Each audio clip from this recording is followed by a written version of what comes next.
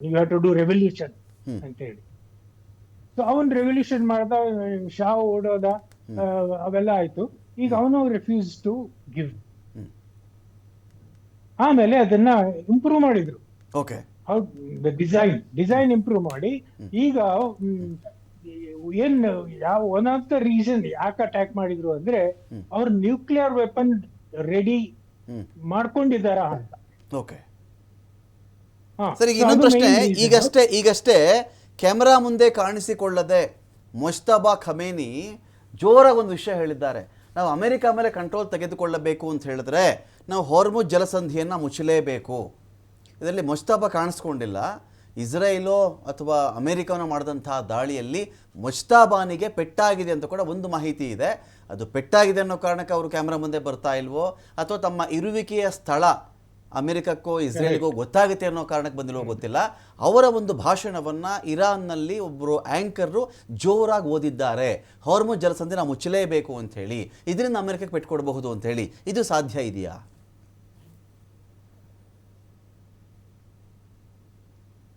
ನನಗ ನಿಮಗೆ sir, suggestion sir.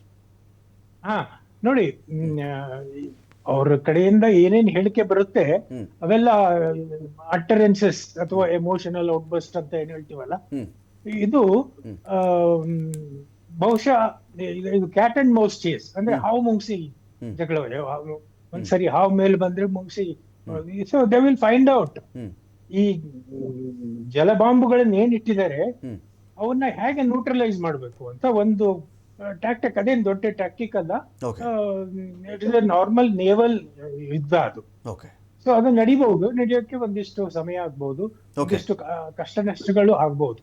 Fine fine. ಈಗ ಇದಕ್ಕೆ ಒಂದು ಸಿದ್ಧತೆಯೇ ಇರಲಿಲ್ಲ ಭಾರತದ್ದು. ಯುದ್ಧ ಆಗುತ್ತೆ ಅಂತ ಬಂದಾಗ ಇಲ್ಲ ಅಮೆರಿಕ ಆದರೂ ಇನ್ಫಾರ್ಮ್ ಮಾಡಬೇಕಿತ್ತೇನೋ ಭಾರತಕ್ಕೆ, ಅಥವಾ ಇಸ್ರೇಲ್ ಆದರೂ ಇನ್ಫಾರ್ಮ್ ಮಾಡಬಹುದಾಗಿತ್ತೇನೋ, ಅಥವಾ ಇವ್ರಿಗೆ ಗೊತ್ತಿತ್ತೋ ಏನೋ. ಇವ್ರದ್ದು ಒಂದಷ್ಟು ವ್ಯವಸ್ಥೆಗಳಿರ್ತಾವಲ್ವ, ಇಲ್ಲಿ ನೆಕ್ಸ್ಟ್ ಏನಾಗುತ್ತೆ ಡೆವಲಪ್ಮೆಂಟ್ ಅಂತ ಹೇಳಿ. ಯಾವ ಪ್ರಿಪ್ರೇಷನ್ನು ಇಲ್ಲದೆ ಪದೇ ಪದೇ ಭಾರತೀಯರು ತೊಂದರೆಗೊಳಗಾಗ್ತಾ ಇದ್ದಾರೆ. ಯಾವ ರೀತಿ ಪ್ರಿಪ್ರೇಷನ್ಸ್ ಬೇಕಾಗಿತ್ತು ಸರ್ ತಮಗೆ? ಈ ಸಿಲಿಂಡ್ರು ಸ್ಟಾಕ್ ಮಾಡ್ಕೊಳ್ಳೋ ವಿಚಾರನೋ, ಪೆಟ್ರೋಲ್ ಡೀಸೆಲ್ ಅಲ್ಲಿ ಪ್ಯಾನಿಕ್ ಬೈಯಿಂಗ್ ಶುರುವಾಗ್ಬಿಟ್ಟಿದೆ. ಪೆಟ್ರೋಲ್ ಡೀಸೆಲ್ ಆಲ್ರೆಡಿ ವಾಟರ್ ಕ್ಯಾನ್ಗಳಿಗೆಲ್ಲ ತುಂಬಿಕೊಂಡು ಜನ ಹೋಗ್ತಿದ್ದಾರೆ. ಇರುತ್ತೋ ಇರಲ್ವೋ ಅಂತೇಳಿ ಒಂದು ಭಯಭೀತ ವಾತಾವರಣ ಅಂತ. ಈ ಪ್ಯಾನಲ್ ಡಿಫೆನ್ಸ್ ಎಕ್ಸ್ಪರ್ಟ್ಸ್ ಇದ್ದಾರೆ ಅದರಲ್ಲಿ. If I am wrong they can correct me ಅಂತ. So earlier 20% that's was the 20 ಡೇಸ್ಗೆ ಇರೋ ಅಷ್ಟು ಮಾತ್ರ ಸ್ಟ್ರಾಟಜಿಕ್ ರಿಸರ್ವ್ಸ್ ಅಂತ ಇದ್ದಿದ್ದಂಥದ್ದು. ಇವಾಗ ನಾವು it is doubled up to 75 to 80 days. ಒಂದು the production earlier was in productions ಬಂದ್ಬಿಟ್ಟು 20% ಮಾತ್ರ ಇದ್ದಿದ್ದಂಥದ್ದು LPG ಇದ್ದಿದ್ದು. ನಾವು ಇಟ್ ಈಸ್ ಮೋರ್ ದನ್ 40%. ಈ ಥರದ್ದೆಲ್ಲ ಪ್ರಿಪ್ರೇಷನ್ಸ್ ಸರ್ಕಾರದ ಒಂದು ಕಾರ್ಯಕ್ರಮಗಳಿಂದ ಸರ್ ಆಗಿರುವಂತದ್ದು. So this are the preparations.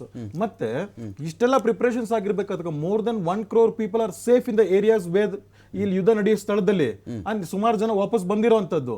So Indian ಯಾರು ಸಿಟಿಸನ್ಸ್ ಯಾರಿದ್ದಾರೆ ಅವ್ರ ಸೇಫ್ಟಿನೂ ಮುಖ್ಯ ಅಲ್ವಾ ಅದಲ್ಲಿ.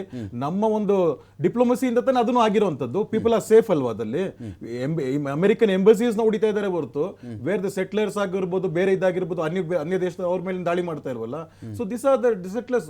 ಆಮೇಲೆ ಇದಿರ್ಬೇಕಾದಾಗ we are not compromised with our sovereignty. ನಮ್ಮ ಸೋವರ್ನಿಟಿ ಬಗ್ಗೆ ನಾವು ಯಾವ ಕಾಂಪ್ರಮೈಸ್ ಮಾಡಿದೀವಿ? Even today nobody is dictating us ಅಲ್ಲಿ. ಅವರು ಬೇರೆ ಅಮೆರಿಕ ಏನೇ ಹೇಳಿದ್ರು ಕೂಡ we were buying the Russian oil in December, we were buying in January and we were buying in February also in the more quantity ಅನ್ಸಲ್ಲಿ. So where have you compromise? Permission ಕೊಟ್ಟ ಮೇಲೆ ತಗೋತಾ ಇರೋದು ನೀವು. Sir ಅವ್ರು ಹೇಳಿದ್ರು ಹೇಳದೆ ಹೋದ್ರು ಇಂಪೋರ್ಟ್ಸ್ ನೋಡ್ತಾ ಇದ್ದಾಗ ಗೊತ್ತಾಗುತ್ತೆ ಎಷ್ಟು ತಗೊಂತಾ ಇದ್ದೀವಿ, ಇದು ಮಾಡ್ತಾ ಇದೀವಿ. And it never stop and it will never stop also. ನಮ್ interest we will talk to everybody, but finally our interest ಏನಿರುತ್ತೆ ಅದನ್ನ ಮಾತ್ರ ನಾವು ಮಾಡ್ತೀವಿ ಹೊರತು we don't bow to anybody's. ಈಗ ಇನ್ನು ಮುಂದಕ್ಕೂ ಭಾರತದಲ್ಲಿ ಗ್ಯಾಸ್ ಸಿಲಿಂಡರ್ಗೆ, ಕಮರ್ಷಿಯಲ್ ಸಿಲಿಂಡರ್ಗೆ, ಪೆಟ್ರೋಲ್ ಡೀಸೆಲ್ಗೆ ತೊಂದರೆ ಆಗಲ್ಲ. ಎಲ್ಲ ಥರ ಡಿಪ್ಲೊಮ್ಯಾಟಿಕ್ ಆಗಿ ನಾವು ರೆಡಿ ಇದ್ದೀವಿ.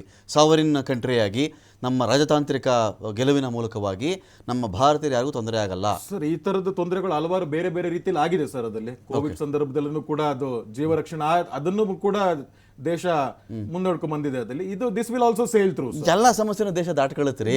ಆ ಟೈಮಲ್ಲಿ ಅಡ್ಮಿನಿಸ್ಟ್ರೇಷನ್ ಏನ್ ಮಾಡ್ತು ಅಂತ ಮ್ಯಾಟರ್ ಆಗುತ್ತೆ. That's what the leadership says. ಅದ್ರಲ್ಲಿ ಏನಿದೆ ಲೀಡರ್ಶಿಪ್ ಏನಿದೆ ಅದರಲ್ಲಿ? ಸರ್ ಇವತ್ತು ಲಾಕ್ಡೌನ್ ಮಾಡೋದು ಲೀಡರ್ಶಿಪ್ ಏನ್ರಿ ಸರ್? ಇವತ್ತು ಹಾಗಾದ್ರೆ ಏನು ಲಾಕ್ಡೌನ್ ಯಾವಾಗ ಲಾಕ್ಡೌನ್ ಆಗ್ಬೇಕಾಗಿತ್ರಿ? ಲಾಕ್ಡೌನ್ ಯಾವಾಗ ಆಗ್ಬೇಕಾಗಿತ್ರಿ? ಯಾವಾಗ ಮಾಡಿದ್ರಿ ಅದನ್ನ ಹೇಳ್ರಿ ಹೋಗ್ಲಿ. ಏರ್ಪೋರ್ಟ್ ಯಾವಾಗ ಸ್ಟಾಪ್ ಆಗ್ಬೇಕಾಗಿತ್ರಿ? Sir we manufacture the vaccine and export to 85. ಅದನ್ನ 85 ಕಂಟ್ರೀಸ್ ಹೇಳ್ಬೇಕಾದ್ರೆ ಅದ್ರಲ್ಲಿ ಏನ್ ದೊಡ್ಡದು ಅಂತ ಹೇಳ್ತಾರೆ ಅದಲ್ಲಿ.